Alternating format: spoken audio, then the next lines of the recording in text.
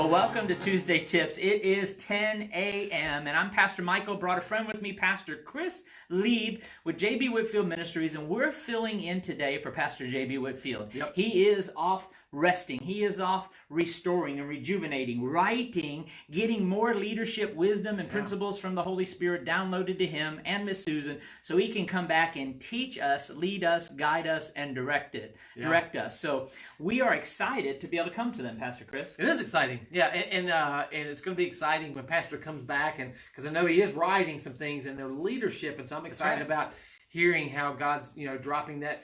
Sometimes it's good to get away and rest because then God can fill up your heart with new stuff. That's right, because sometimes ministry, you know how to spell ministry, right, Pastor Chris? Yes, because I've heard you spell it.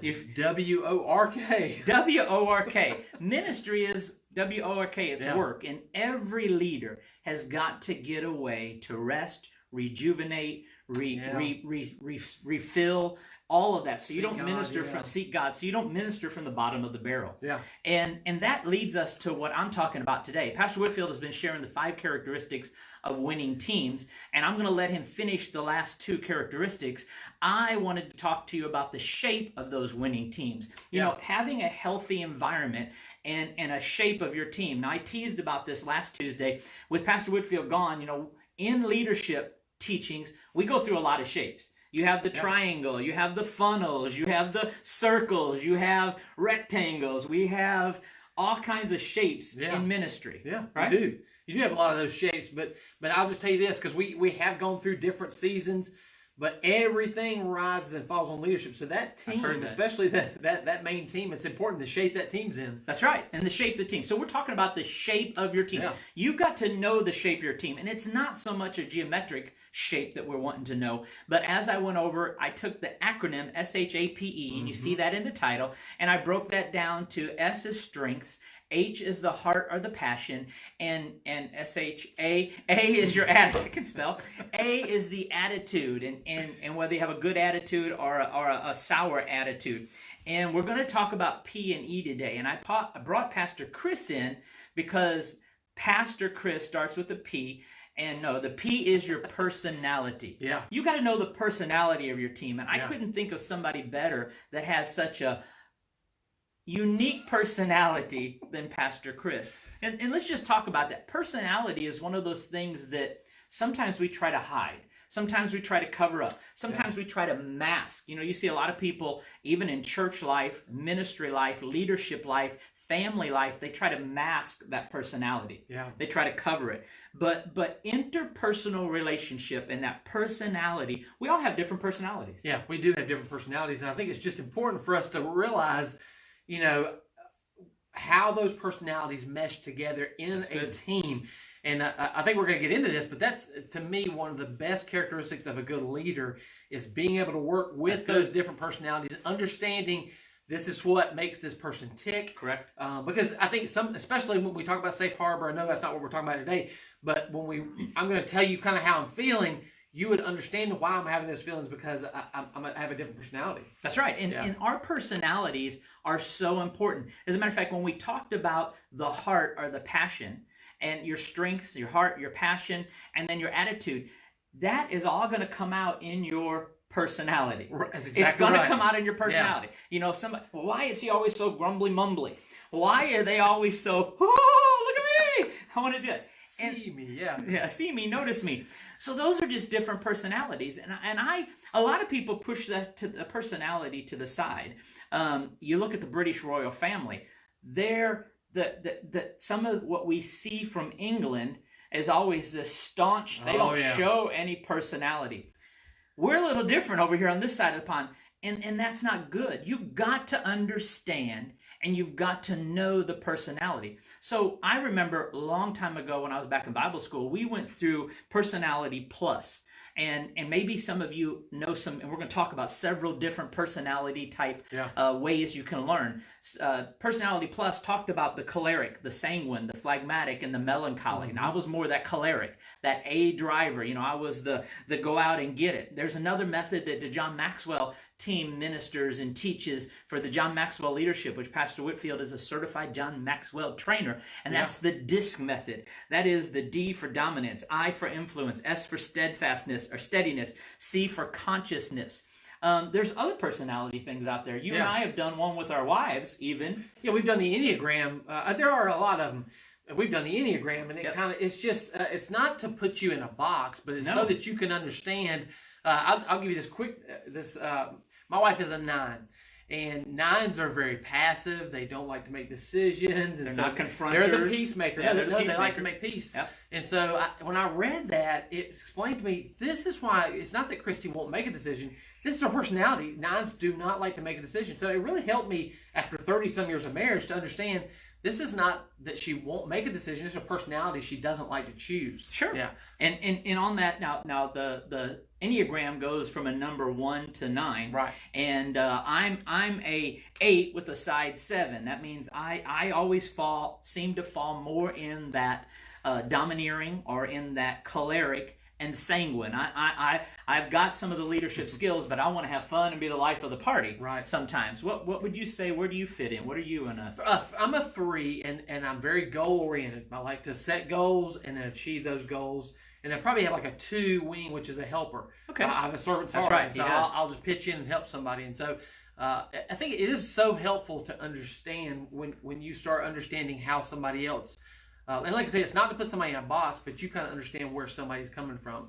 Exactly. Yeah. Just like we talked about knowing your team's strengths and weaknesses, knowing your team's passion, knowing their personality is going to help you. That's me too, Pastor Michael. Yep. That's going to help you shape your team. Yep. It's going to help you. You know the different departments that you can put Pastor Chris in, Pastor Barr, Pastor Murray, Pastor Dossie, myself. And a leader, Pastor Whitfield, has taught us to learn from those personality types. Yeah. So personality is a really big thing. And I would encourage you, if you have not done this as a staff or a team, I know many people will go through spiritual gifts testing, spiritual gifts, or they'll take one of those type of courses. I would encourage you to also learn the personality of your team and get to know the different personalities. It's kind of like the love languages. That's another great one. Yeah, that is another great one. You find out about your Gary Chapman, to find out about your love tank and keeping your love tank full. Knowing the personality will help you. Pastor Chris and I are different. When you look at the Enneagram, me being the 8 and the 7, he is the 3, Christy is the 9, Belinda is also a different number, but we learn how to work together by knowing those personalities. Yeah, and I will say, I'll just add this too, is that one of the things they talk about specifically with Enneagram, it's probably with all of them, that you can be a healthy or an unhealthy in any number. That's true. And so the leader, they learn to understand, kind of how to relate and how to pull out the best. But then they also can correct in those numbers that, all right, your personality is coming across in a negative way because of how you're functioning at the team level, or even with some of your other leaders. And if you know those personality strengths and weaknesses, then you can tell when somebody's at your table and they start, like you said, start bristling up or start shrinking back, that's one of those negative character traits. And you can say, all right, and Pastor Whitfield's done this, especially when Pastor Belinda's on the team, because she won't say hardly anything. He's had to say, okay, Pastor Belinda, tell us what you've not said anything. He has to do that. Pastor Barr, he'll ponder. He'll think things, and you'll see him. But Pastor Whitfield said, I can see your brain thinking, Pastor Barr. What's going on in that brain? Yeah. And that's the great part of the leadership, in the shape of your team. So we got S, strengths, H, heart, A, attitude, P, personality. The last one, we'll end this and be done right on time, is experiences. Yep. E is your experiences.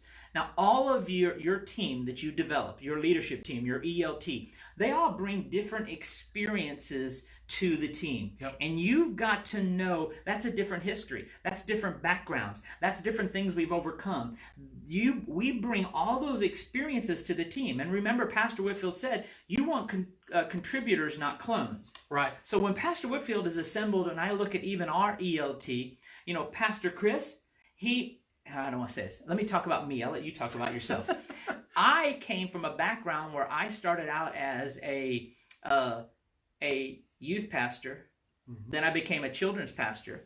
Then I went on the road full time. Actually, I started ministering to adults first, then became a youth pastor, then became a children's pastor, then went on the road. And I was with several different churches, had different titles, different roles, different ministries, led businesses. And then I came into Agape Faith Church bringing a whole travel. I traveled for 10 years, my wife and I, with our family, 10 years of travel ministry. Where Pastor Chris's experience is more business.